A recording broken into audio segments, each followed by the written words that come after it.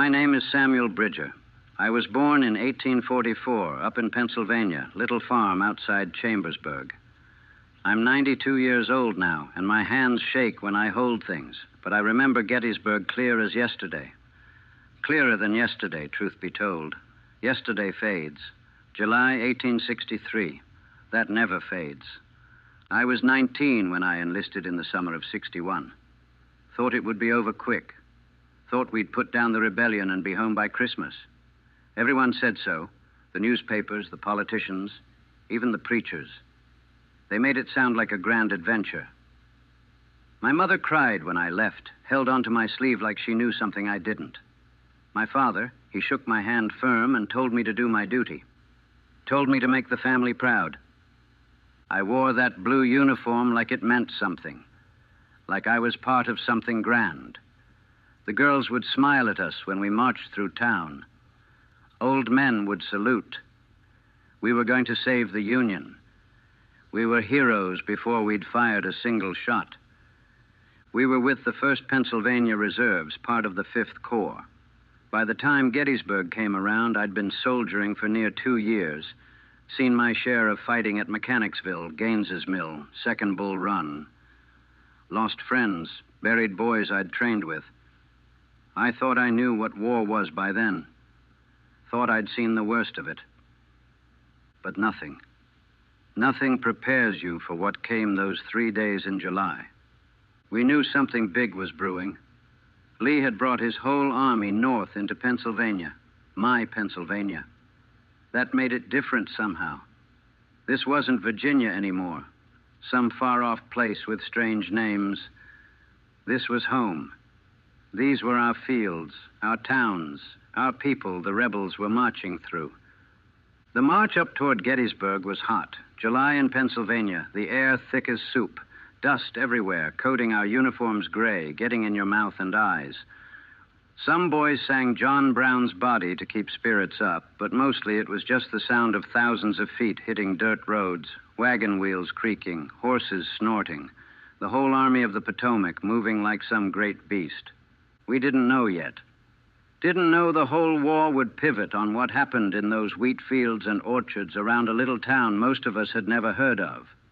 Didn't know that place would haunt us for the rest of our lives. I can still see that road we marched on. Still feel that July heat on my neck. Still hear the drums keeping time. That was the last time I was really young, I think. 19 years old, thought I was a veteran, thought I understood what war was. I didn't understand a damn thing. We reached Gettysburg on July 2nd, late in the day. The fighting had already started on the 1st. We could hear it miles off, that low rumble of artillery like distant thunder that never stops. Gets into your chest, that sound. Makes your heart beat different.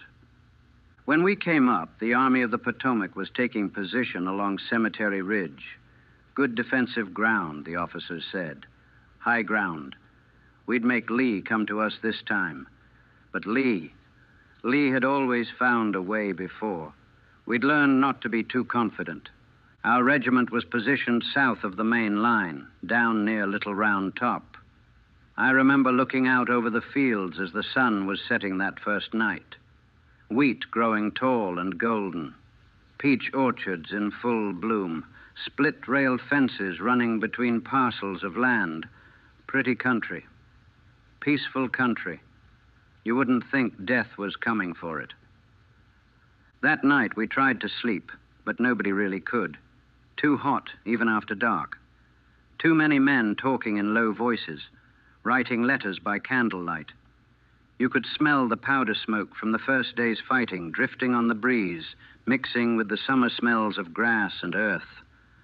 Some boys were praying, others just staring at nothing. I sat with my messmates. There was John Hastings from Lancaster, big farm boy with red hair. Thomas McKee from Pittsburgh, always making jokes even when nothing was funny. And William Chen, we called him Billy, quietest one of us. Good men. We'd been through it together since '61. John shared some hardtack his mother had sent. It was wormy, but we ate it anyway. You learn not to be particular in the Army. Tom made some joke about it being extra protein. We laughed, but it was hollow. We all knew what was coming. Think this is it? Billy asked. Think this is the big one? Feels like it, I said. Lee brought everything he has. The morning of July 2nd came up hot again. Hazy. We had coffee, if you could call it that. More like hot brown water that had seen a coffee bean once from a distance. But it was warm, and it was something to do with your hands while you waited. The cannonade started around 4 in the afternoon. Confederate artillery opening up from Seminary Ridge. The sound, Lord, there's nothing like it in the world today. Nothing I can compare it to. The ground shakes. The air itself seems to tear apart. You can feel each impact in your teeth, in your bones. Then we saw them coming, gray and butternut lines emerging from the tree line across the way. Longstreet's Corps, thousands of them moving in formation toward Devil's Den and the Round Tops. Their officers on horseback, drums beating time, battle flags snapping in the breeze, that red battle flag with the blue cross and stars. They looked so much like us, you know. Same young faces, same dusty uniforms, same way of walking. But they were coming to kill us, and we were going to kill them. Orders came down the line. We were moving forward to reinforce the position, fix bayonets, load and cap, check your cartridge box, 40 rounds per man.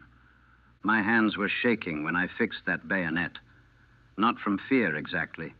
Your body just knows what's about to happen before your mind catches up. We started moving down toward the fighting. Could hear it now. Not just the artillery, but the rifles. Thousands of rifles going off like one continuous roar. Men screaming. Officers shouting commands you couldn't quite make out. That's when it started for real. That's when boys started dying. The rebels hit our lines like a flood breaking through a dam. Down around Devil's Den and the wheat field, men were fighting hand to hand. We could see it from where we were, blue and gray all mixed together. No lines anymore, just chaos.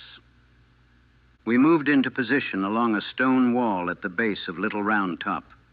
Good cover, if you could call anything good in that hell. The regiment to our right was already engaged, firing as fast as they could load. The smoke was so thick you could barely see 20 yards. Here they come, somebody shouted. A Confederate regiment was advancing through the wheat field toward us. Their line looked perfect at first, flags flying, officers with swords raised. Then our boys opened up. The whole wall erupted in flame and smoke. Men dropped. Just dropped. Like someone cut the strings holding them up, but they kept coming. That's the thing people don't understand. They kept coming. I fired my rifle, loaded, fired again. You stop thinking. Your hands just do what they've been trained to do. Bite the cartridge, pour the powder, ram the ball, cap the nipple, shoulder the piece, aim low, fire, do it again and again and again. The noise was beyond anything. Rifles cracking, men screaming, officers yelling, artillery shells shrieking overhead. You couldn't hear yourself think. Couldn't hear the man next to you, even if he was shouting right in your ear. Billy went down. Just fell backwards without a sound. I looked over and there was blood spreading across his chest, bright red against the blue wool. His eyes were open, staring up at the sky. Still open when I looked back a minute later, but different. Empty. No time to think about it. Keep loading. Keep firing. The rebels got within 30 yards of our wall, close enough to see their faces. Young faces, scared faces, angry faces. One boy couldn't have been more than 16. He was screaming something, maybe a battle cry, maybe just screaming, when a Minier ball caught him in the throat. He spun around and went down in the wheat. I killed men that day. I know I did. You couldn't miss at that range. I can still see some of their faces when I close my eyes at night. 73 years later, and I can still see them. They fell back, finally, retreated across the wheat field, leaving their dead and wounded behind. The wounded were crying out for water, for their mothers, for God. Doesn't matter which side they're on when they're gut-shot and dying in the sun. They all cry the same. We thought it was over. It wasn't. They came again. Different regiment, same result. We shot them down, and they fell back, and they came again. 3 times they charged our position. 3 times we held. John Hastings took a ball through the shoulder during the second charge. It spun him around, and he fell against the wall. He was cursing, more angry than hurt at first. Then the shock set in, and he went white as a sheet. "I'm all right," he kept saying. "I'm all right, Sam. I'm all right." He wasn't all right. The ball had shattered his shoulder blade. I could see bone fragments in the wound. We got him to the rear, to the surgeons. They took his arm that night. He lived, but he wasn't the same John who'd shared his hardtack with me. Tom McKee made it through the day. We both did. Out of our mess of 4, 2 of us walked away. That was better than most. By evening, the ground in front of our wall was carpeted with bodies, ours and theirs, all mixed together. Some were still moving, trying to crawl to safety. Most weren't moving at all. The smell. You never forget that smell. Blood and powder smoke and something else. Death has its own smell, sweet and rotten at the same time. It gets in your clothes, in your hair.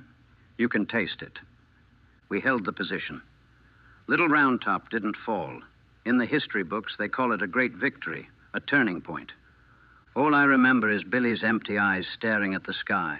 July 3rd dawned quiet. Too quiet. We knew it wasn't over. You could feel it in the air like the pressure before a thunderstorm. Lee wasn't done with us yet. They had us dig in deeper along Cemetery Ridge. Improve the works, they said. Stack more stones. Fill gaps in the wall. We worked like machines, our hands raw and blistered. Nobody talked much. What was there to say? I went looking for John that morning, found him at the field hospital. He was lying on the ground with hundreds of other wounded, waiting his turn with the surgeons. His face was gray, sheened with sweat. The stump of his shoulder was bandaged, but blood was seeping through. "Hey, Sam," he said when he saw me. Tried to smile. "Looks like I'm going home after all." "You'll be all right," I told him. Didn't believe it. Didn't think he believed it either. Too many men died of infection, even if they survived the surgery. "Tell my mother..." He started, then stopped. "Never mind. I'll tell her myself." I never saw John Hastings again. He died 3 days later. Gangrene, they said. Back at the line, we waited. The sun climbed higher. The heat was suffocating. Men drank from their canteens, but the water was warm and tasted of metal. Some boys tried to eat, but most couldn't stomach it. Your gut knows when something bad is coming. Around 1 in the afternoon, it started, the bombardment, the biggest artillery barrage I ever heard before or since. Every Confederate gun they had, all firing at once, aimed right at us, right at Cemetery Ridge. The world came apart, shells screaming in, exploding in the air, in the ground, in the ranks. Dirt and rocks and pieces of men flying everywhere. The noise was beyond description. You couldn't think, couldn't breathe, could only press yourself into the ground and pray. A shell burst right behind our section of wall. I felt the concussion in my whole body, like being punched by a giant fist. When I looked up, there was a crater where 5 men had been standing. Just gone. Turned into red mist. Tom was next to me, his hands over his ears, mouth open in a scream I couldn't hear over the guns. His eyes were wild. We'd all seen that look before, the look of a man whose mind is starting to break. It went on for nearly 2 hours. 2 hours of hell. You lose track of time. Seconds stretch into years. You think it will never end. You think maybe you're already dead and this is what comes after. Then it stopped.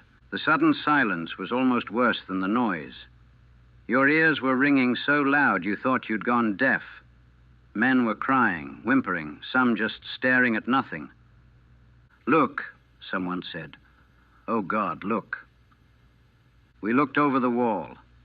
Across the field, maybe a mile away, the rebels were forming up. Not a regiment, not a brigade.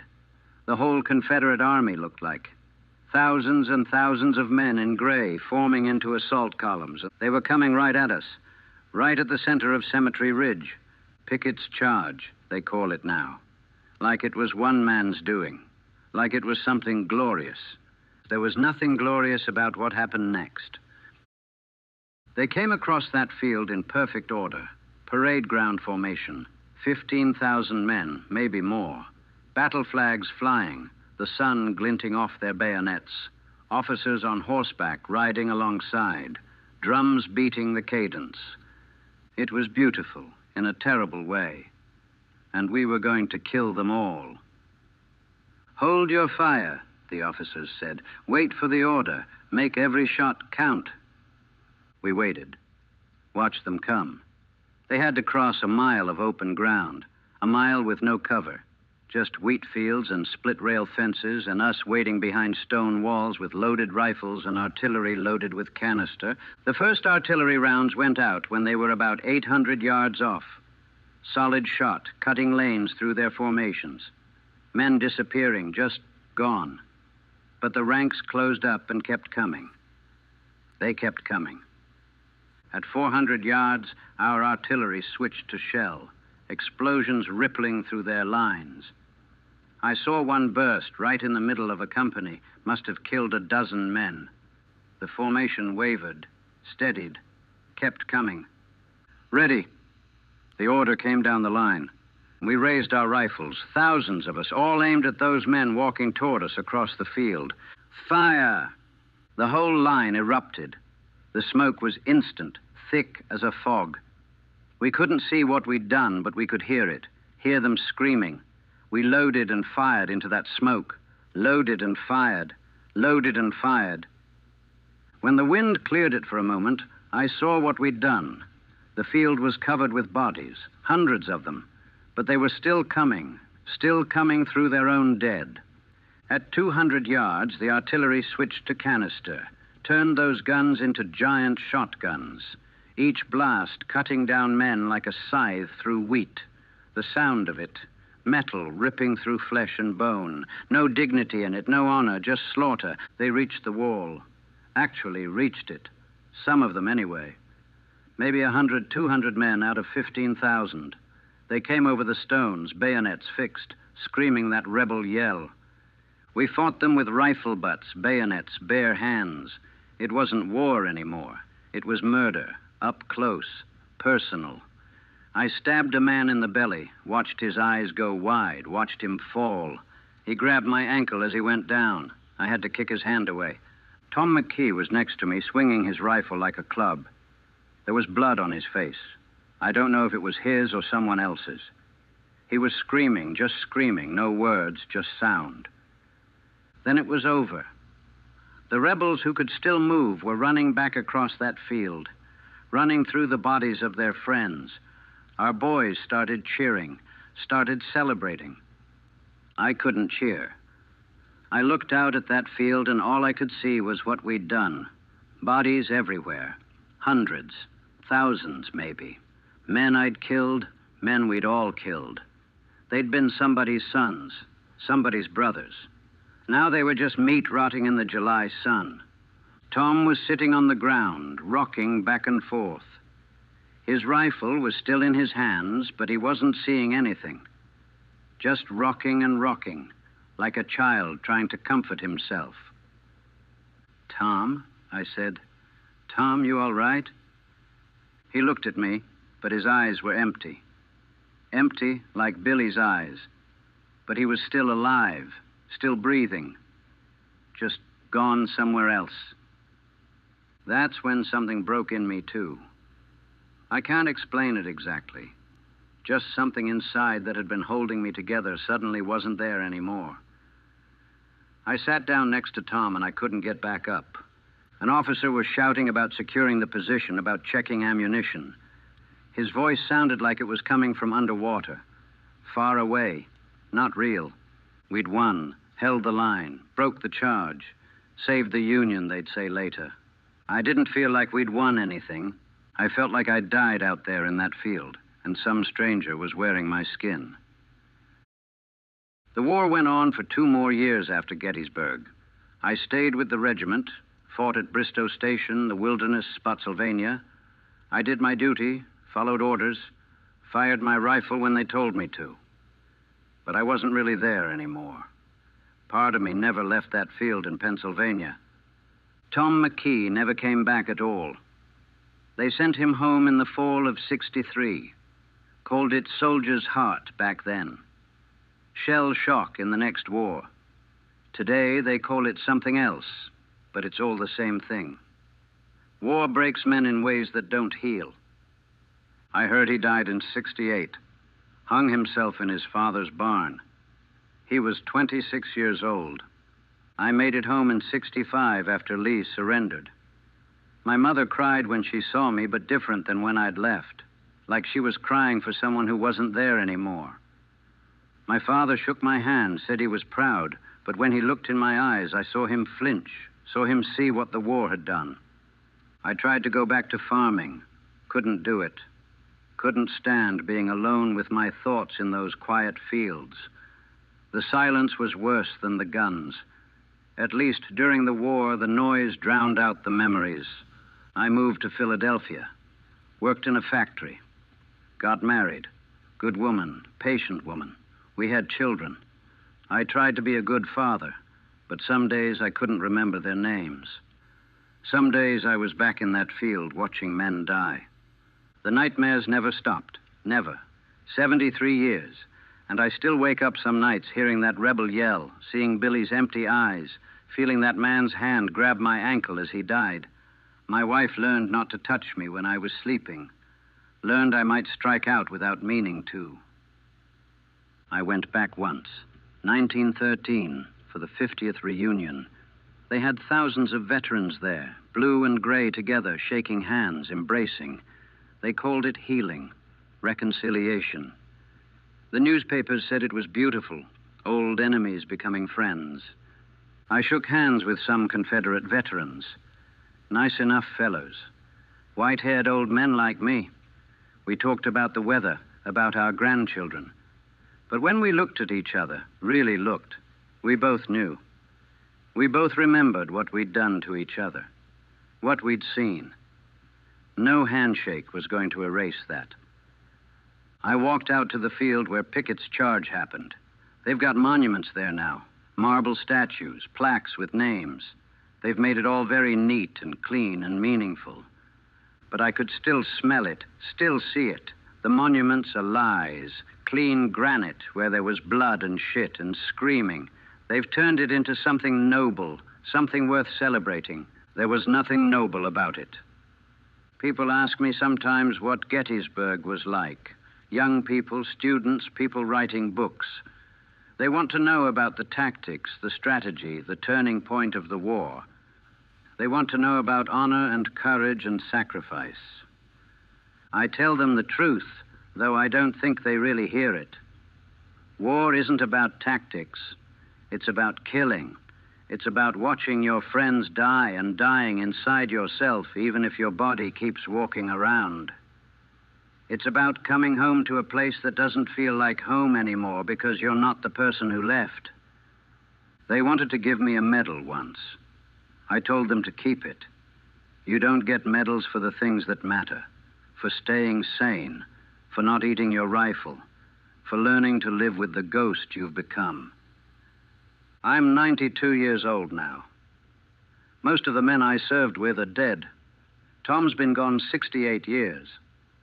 Billy died 73 years ago, but I saw him yesterday. Saw him clear as day, lying in that wheat field, eyes open to the sky. Sometimes I think I did die at Gettysburg. This whole life since, the wife, the children, the grandchildren. Maybe it's just a long dream I'm having while I bleed out in a Pennsylvania wheat field in July 1863. They say we saved the Union. Maybe we did. They say it was worth it, that all those men, Billy and John and Tom and thousands more, that their deaths meant something. I don't know. I don't know if anything means anything. What I know is this.